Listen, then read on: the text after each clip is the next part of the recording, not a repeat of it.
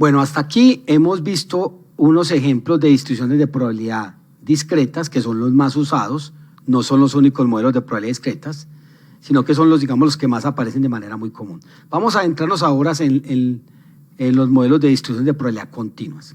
Y el primero de esos modelos es uno de los más básicos, pero no por eso deja de ser muy importante, y es el que se conoce como la distribución uniforme. Este es un modelo simple. Vamos a suponer que X es una variable aleatoria continua que está definida en un intervalo de la forma AB. Y que esta variable aleatoria es tal que si usted toma cualquier subintervalo contenido en AB, la probabilidad de que la variable aleatoria X pertenezca a ese subintervalo va a ser proporcional a la longitud de ese intervalo. ¿Sí? Entonces, de nuevo, tengo una variable aleatoria definida en un intervalo AB. Y esta variable es tal que cualquier subintervalo, usted toma cualquier subintervalo de AB, la probabilidad de que X pertenezca a ese subintervalo va a ser proporcional a la longitud de ese subintervalo. Entonces, si eso es así, esa variable aleatoria X vamos a decir que tiene una distribución uniforme en el intervalo A, B. Ahora, ¿cómo hallamos la distribución de probabilidad de X? Entonces es relativamente sencillo. Miren, si la probabilidad es proporcional a la longitud, la probabilidad de que X pertenezca a B debería ser 1, pero además va a ser proporcional a la longitud, que es B menos A. Por lo tanto, si utilizo ese tipo de razonamiento, entonces la FDP de X, que es la probabilidad de que la FDP de X va a ser, bueno, las probabilidades aquí serían con las acumuladas, pero la PDF de X se puede expresar de esta manera, porque es la probabilidad de que X pertenezca al intervalo AB. Entonces, la probabilidad de que X pertenezca a B es proporcional a la longitud, ¿cierto? Es proporcional a la longitud.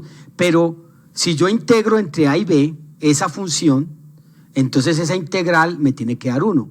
Y de ahí yo puedo despegar K. Miren, para que f de X sea una PDF o FDP, se debe cumplir que la integral, es decir, la probabilidad de que X pertenezca a B, que es proporcional, ¿cierto?, a B menos A, digamos que K, la constante de proporcionalidad, debe ser 1. Por lo tanto, si despejo K, me da que la constante de proporcionalidad, o sea, la K, la constante es 1 sobre B menos A. Es decir, la función de densidad de probabilidad de la variable aleatoria X va a ser de esta forma. 1 sobre B menos A para X entre A y B y 0 en otro caso. Y vamos a escribir que X se distribuye uniforme en el intervalo AB. Esa es la notación.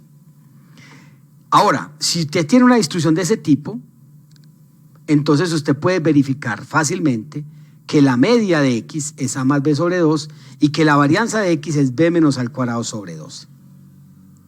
Y la f de A, la función de distribución acumulada, va a estar dada por esta expresión que está aquí. Como ustedes pueden ver aquí sería, la función vale 0 para X menor que A, vale X menos A sobre B menos A para X entre A y B, y vale 1 para X mayor que B. Una forma gráfica de ver estas dos funciones sería, esta es la función de densidad, miren que es constante, vale K, K vale 1 sobre B menos A para X entre A y B, y la distribución acumulada, que vale 0 para X menor que A, vale esta recta X menos A sobre B menos A para X entre A y B, y vale 1 después de B. Vamos a ver un ejemplo de esto. Vamos a suponer que la longitud de una bisagra para puertas es una variable aleatoria X, que se distribuye uniformemente en el intervalo 74.6, 75.4. ¿De dónde sale eso? Eso puede ser un estándar del proceso productivo que le dice que las bisagras no se le van a salir de ese rango. Me piden, calcule la probabilidad de que X sea menor que 74,8, es decir, que una bisagra tenga menos de 74.8 milímetros. Bueno, aquí las unidades son en milímetros, no lo dije antes. ¿Qué proporción de bisagras miden menos de 75 milímetros? Hay un error ortográfico, es menos. ¿Y cuál es la probabilidad de que la bisagra mida menos de 74.9 milímetros? Ok, entonces vamos a responder una a una de esas. Entonces lo primero, ya sabemos que X es la longitud de la bisagra y vamos a calcular esta probabilidad. La primera probabilidad, la función de densidad de probabilidad de esta variable va a estar dada por esta expresión, 1 sobre B menos A. En este caso me daría 1,25. Y la primera pregunta, la primera probabilidad, ¿qué tan probable es que la longitud de la bisagra sea inferior a 74.8 milímetros? Es proporcional, recuerden, la probabilidad es proporcional a la longitud del intervalo. Entonces es 1.25 por la longitud del intervalo. Pero resulta que 74,8 está aquí. La longitud sería 74,8 menos 74,6. Y eso me da 0.25.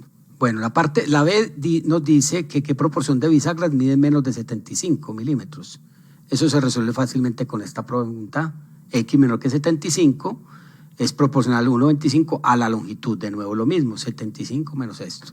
Eso da 0.5. Y la última es la proporción de bisagras que mide menos de 74,9.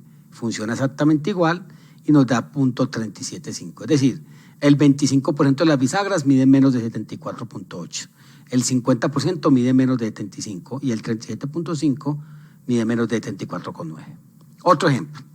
Vamos a suponer que el tiempo de ida y vuelta de unos camiones que transportan concreto hacia una construcción en una carretera es una variable aleatoria distribuida uniformemente en el intervalo de tiempo de 50 a 70 minutos. Me piden, ¿cuál es la probabilidad de que la duración del viaje sea mayor a 65 minutos si cada camión tarda más de 55 minutos en el recorrido? Muy bien, entonces vamos a definir X como la duración del viaje en minutos. Entonces X se distribuye uniforme 50, 70.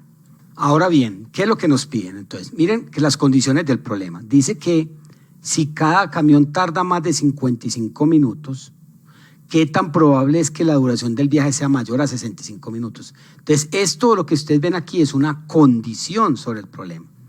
Por lo tanto, me dicen, ¿qué tan probable es que la duración del viaje supere los 65 minutos, sabiendo que cada camión tarda más de 55 minutos?